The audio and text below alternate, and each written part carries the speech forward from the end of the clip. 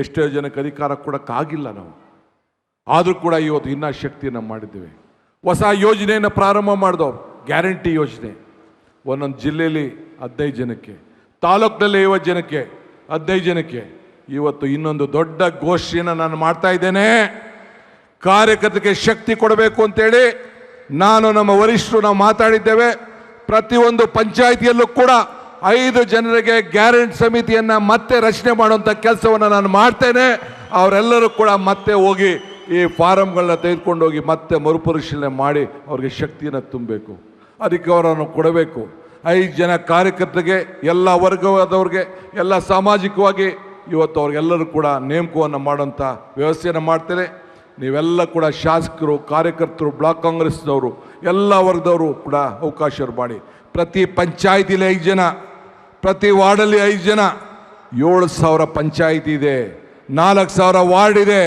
ಪ್ರತಿಯೊಂದು ಪಂಚಾಯಿತಿ ವಾರ್ಡ್ನಲ್ಲೂ 5-5 ಜನ ಅಂದರೆ ಎಷ್ಟು ನಾಯಕರುಗಳನ್ನು ತಯಾರು ಮಾಡ್ತಾ ಇದ್ದೀವಿ. ಒಬ್ಬ ನಾಯಕನಾದವನು ಇನ್ನೊಬ್ಬ ನಾಯಕರನ್ನು ತಯಾರು ಮಾಡಬೇಕೇ ಹೊರತು ಫಾಲೋಯರ್ಸ್ನಲ್ಲ.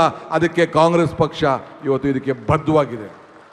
ಅದಲ್ಲದೆ ನಾನು, ಹರಿಪ್ರಸಾದ್, ಸಲೀಂ ಅಹಮ್ಮದ್, ಇನ್ನೂ ಭಾಳ ಜನ ಲೀಡರ್ಸ್ ಎಲ್ಲ ಇಲ್ಲಿದ್ದೀವಿ.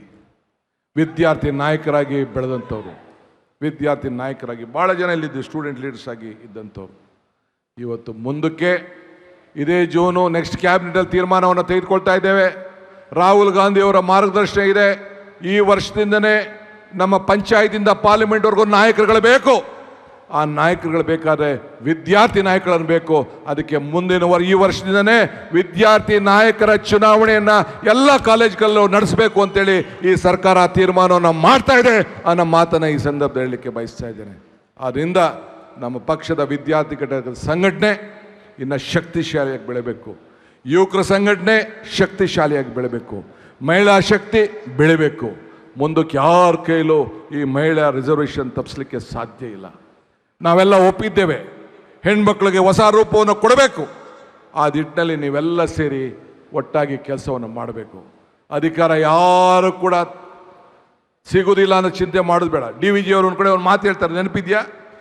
ನಾನು ಮಮ್ಮಾಡ ಕೈಗೆ ದೊರಜೆ ಹುಜ್ಜುಗವ, ನಾನೇನು ಹುಲ್ಲು ಕಡ್ಡಿ ಎಂಬ ನುಡಿಬೇಡ, ಹೀನ ಮಾವುದಿಮಿಲ್ಲ ಜಗದ ಗುಡಿಗಳಿಗೆ ತಾಣಿರುವುದು ಮಂಕುತಿಮ್ಮ ಅಂದ. ಈ ದೇಗುಲ ಜಗತ್ತಿನ ಗುಡಿಯಲ್ಲಿ ಎಲ್ಲರಿಗೂ ಒಂದಲ್ಲ ಒಂದು ಸಂದರ್ಭದಲ್ಲಿ ಒಂದು ಅವಕಾಶ ಸಿಕ್ಕೇ ಸಿಗ್ತದೆ, ನೀ ಚಿಂತೆ ಮಾಡೋದು ಬೇಡ ಅಂಥೇಳಿ DVG ಅವರು ಹೇಳ್ತಾರೆ. ಹಂಗೆ ನೀವೆಲ್ಲ ಕಾರ್ಯಕರ್ತರು, ಮುಖಂಡರು ನನಗೆ ಸಿಕ್ಕಲಿಲ್ಲ ಅಂತ ಚಿಂತೆ ಮಾಡೋದು ಬೇಡ.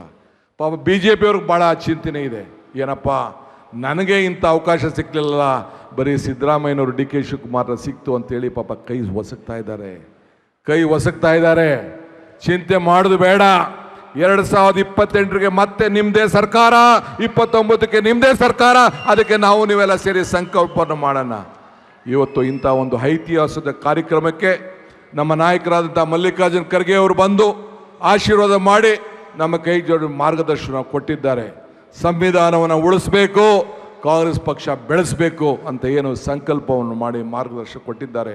ಅವರ ಮಾತನ್ನು ಚಾಚು ತಪ್ಪದೆ ಇವತ್ತು ನಾನು ಮುಂದುವರಿಸ್ತೇನೆ ಅನ್ನೋ ಮಾತನ್ನು ಹೇಳಿ, ವೇದಿಕೆ ಇರುವಂಥ ಎಲ್ಲ ಕಾರ್ಯಕರ್ತರು, ಎಲ್ಲ ಮುಖಂಡರುಗಳು, ನಾನು ಮುಖ್ಯಮಂತ್ರಿ ಇರ್ಬೋದು, ಆದರೆ ನಿಮ್ಮೊಳಗೆ ಒಬ್ಬ ತಮ್ಮ, ಒಬ್ಬ ಅಣ್ಣ, ಒಬ್ಬ ಸಹೋದರ, ಒಬ್ಬ ಮಗ ಅಂತ ಭಾವನೆ ಮಾಡಿ ನನಗೆ ಆಶೀರ್ವಾದ ಮಾಡಿ ಒಟ್ಟಿಗೆ ಸೇರಿ ನಾವು ಕೆಲಸವನ್ನು ಮಾಡೋಣ ಅಂತ ಮಾತನ್ನು ಹೇಳಿ ನನ್ನ ಮಾತನ್ನು ಮುಗಿಸ್ತೇನೆ. ಜೈ ಹಿಂದ್, ಜೈ ಕರ್ನಾಟಕ, ಜೈ ಕಾಂಗ್ರೆಸ್ ಪಾರ್ಟಿ.